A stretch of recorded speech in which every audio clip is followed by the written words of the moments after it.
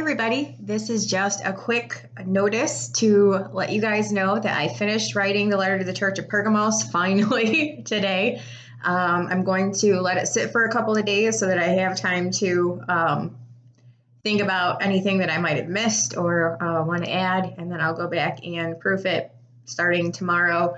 So I read through, because it's been a while since I kind of touched that. So I read through Ephesus and Smyrna and kind of touched those up a little bit too, and finished. I had only 4 pages written of Pergamos, and I believe I have 13 now.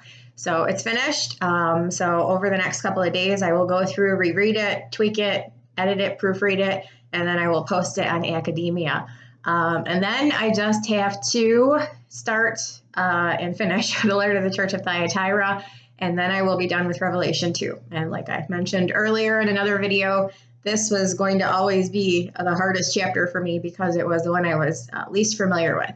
But it's been a very cool learning experience, and so I have one more to finish after this, and then I will post chapter 2. I'll put it on Amazon so that it has all 4 of the letters within that chapter together. And to be honest, one of the things that I really like about going through these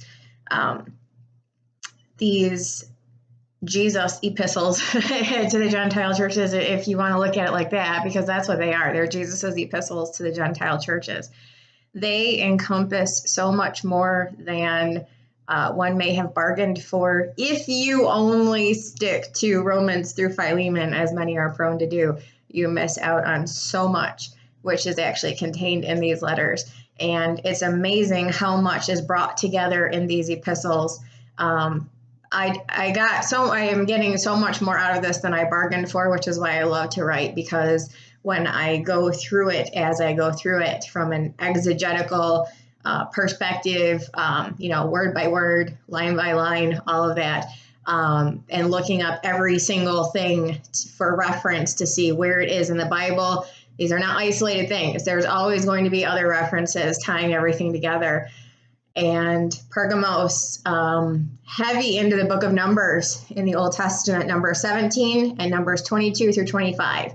There is a lot of time spent delving into those chapters. And in the book of James, Hebrews, and other stuff. Anyway, Pergamos took me in directions that I didn't even realize I was going to be taken in. But Smyrna was heavy into the book of Daniel in the Old Testament, especially regarding the 10 days and the whole foundation of the Abrahamic covenant, in order to go into talking about the second death, going into talking about those who say they are Jews and are not but do lie, or of the synagogue of Satan. That goes into the whole natural seed versus spiritual seed, which is right in Genesis 12 at the start of the Abrahamic covenant. Those 2 things broken out. Go into Galatians about those who are of faith are blessed with faithful Abraham. Those are the seed of Abraham. Going into Romans 9, how those who are Israel are not all of Israel, but in Isaac shall thy seed be called. Like, just because they're children of Israel, children of the 12 tribes of Israel, does not mean that they are children of God, because you have to be of faith in Christ to be called a child of God and to be adopted into the family of Abraham via the spiritual seed, not just on account of being a natural seed. And it's so interesting how these epistles that Jesus spoke to John to write to these 7 letters of the 7 churches are Old Testament and gospel and general epistle heavy. They aren't just Romans through Philemon.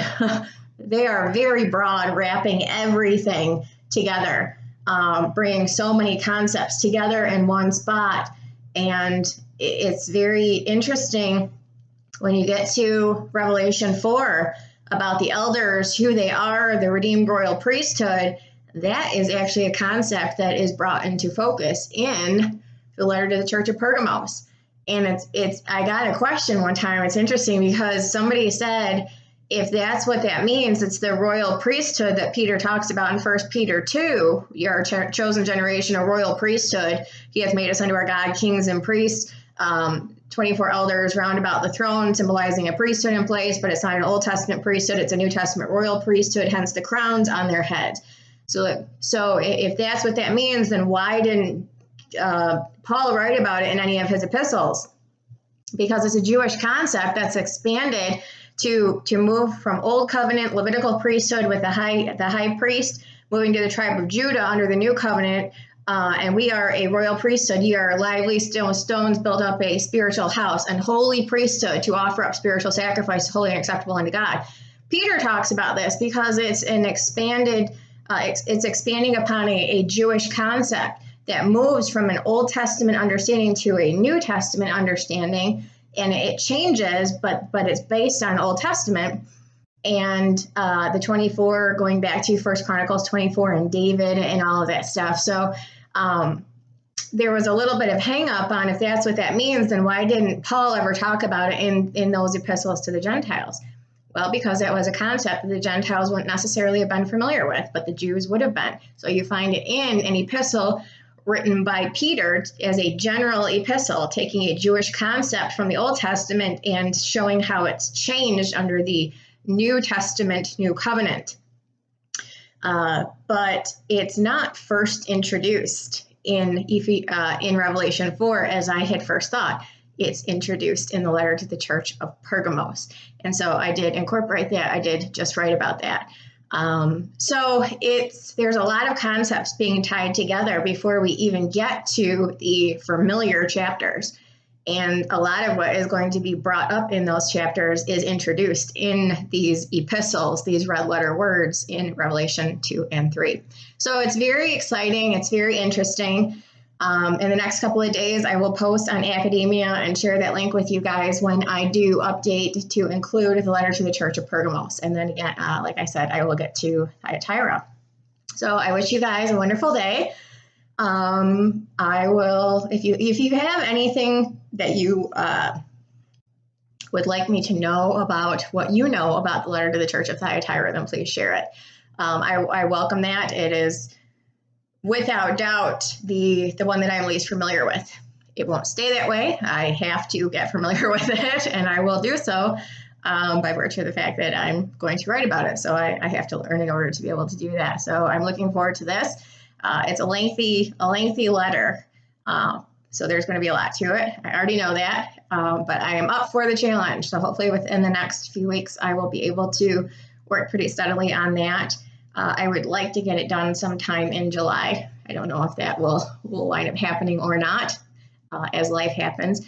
But in the next couple of days, I will put the third one out there, and then we will start on number 4.